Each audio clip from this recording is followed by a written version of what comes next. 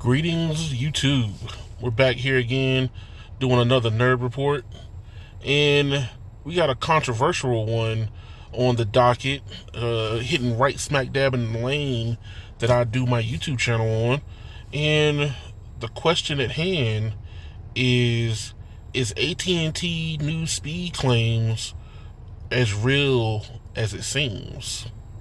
So before we get into it, hit like on the button, hit the like button, subscribe to the channel, and also stay for the story.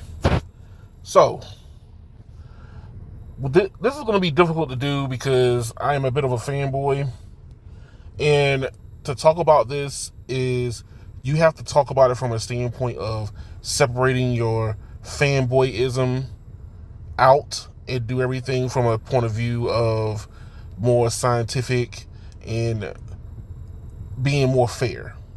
So I'm gonna do this as best possible I can. Somebody below the comments is probably gonna say, "You're still a fanboy."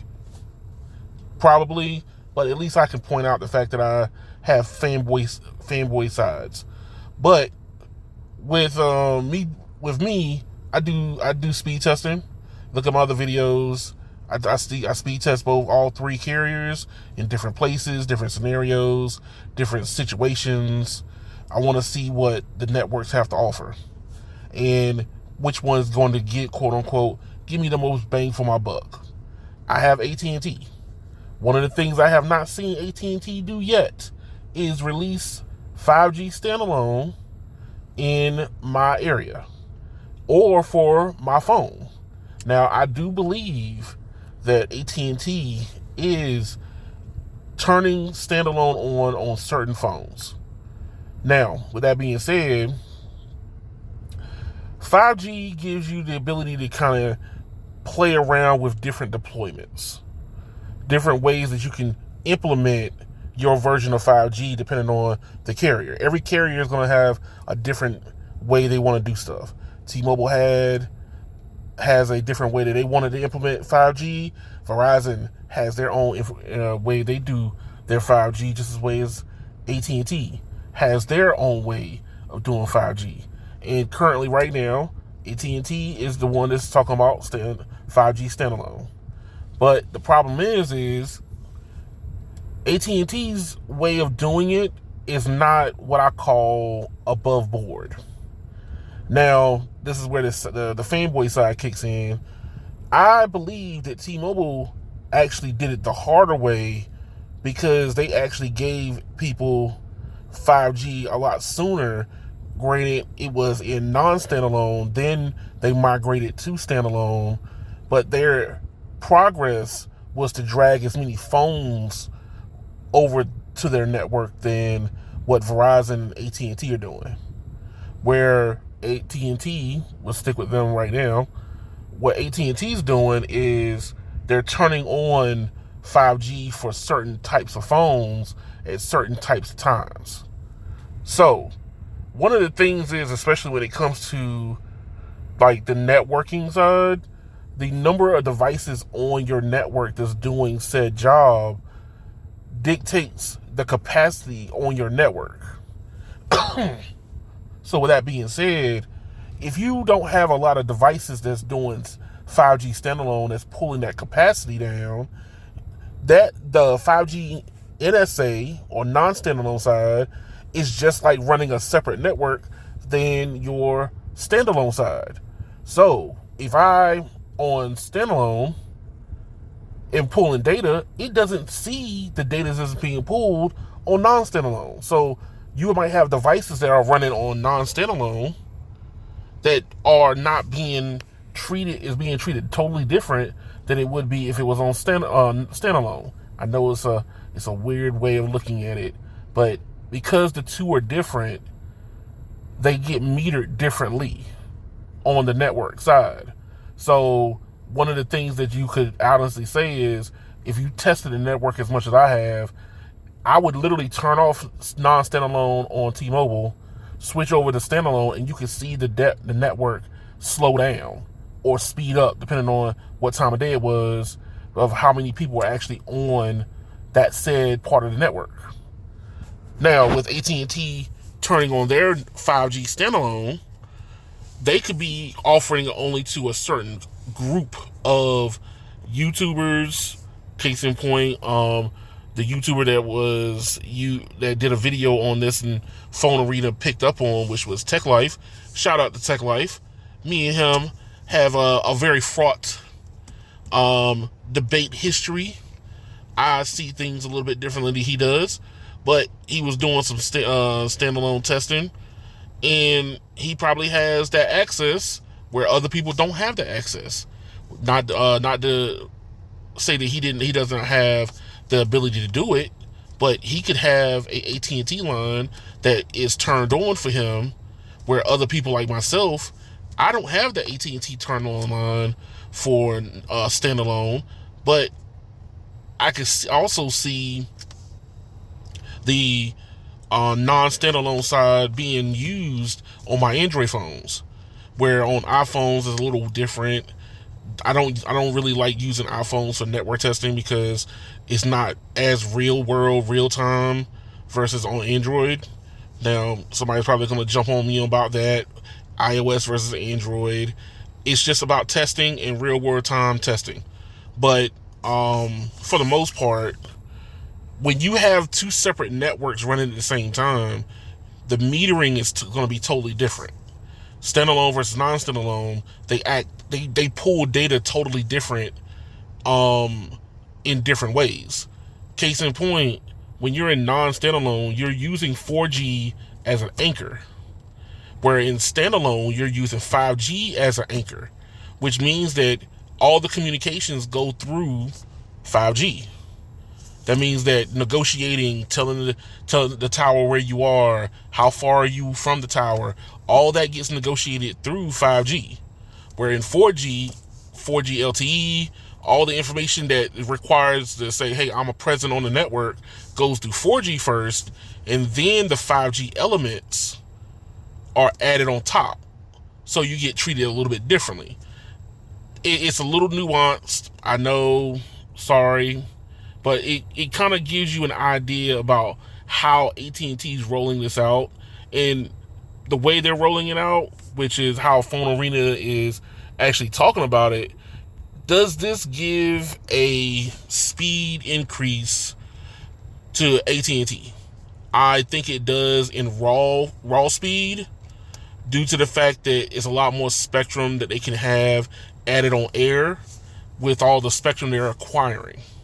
So, from in certain places, let's say you're in Dallas, Texas, or just Texas in general, AT&T has bought more spectrum in Texas than any other area.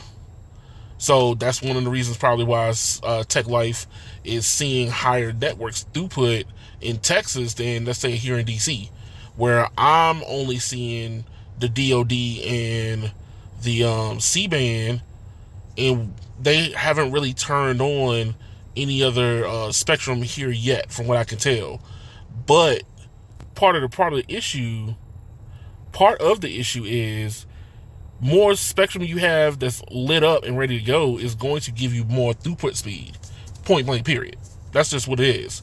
T-Mobile was working with 190 megahertz. If you don't include N71 or band 2, which is the other two major bands that they use.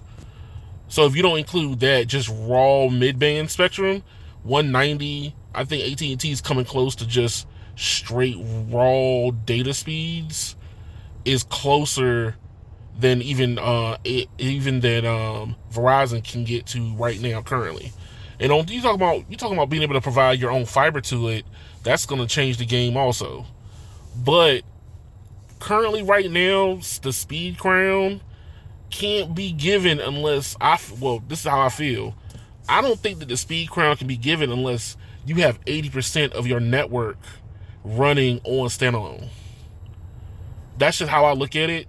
Because right now, having only a selected few, you might give credentials to, some publications like a Phone Arena to be able to do a publication like this.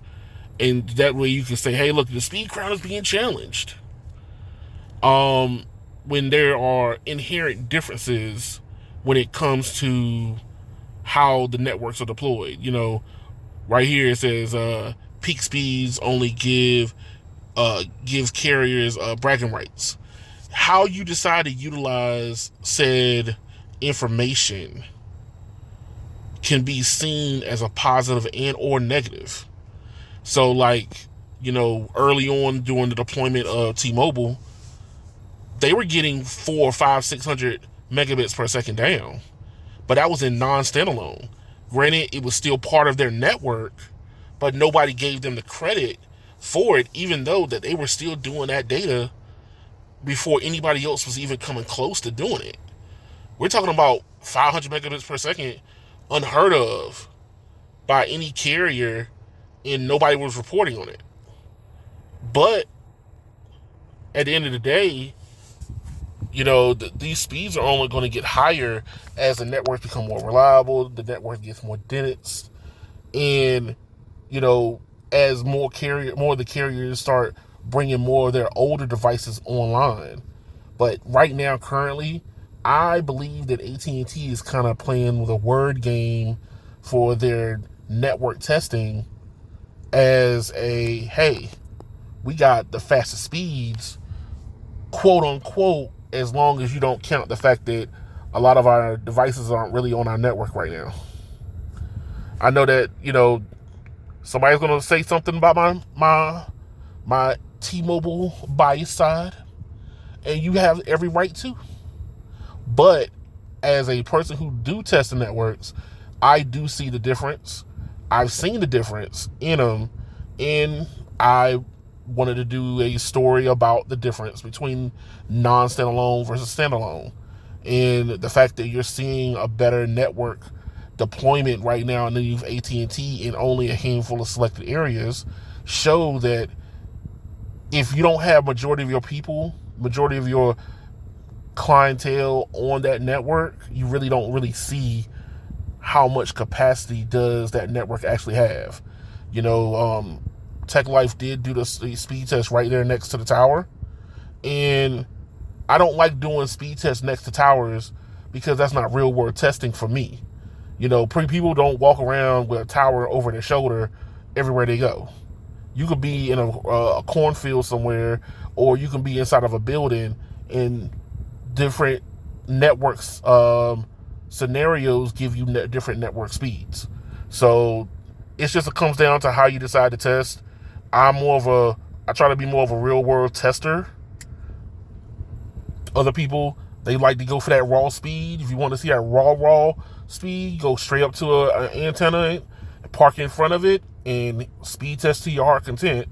I like to see what the network has to offer, and all the different network traits are being utilized, like beamforming and being able to bounce radio waves off of hard surfaces around corners and different things like that.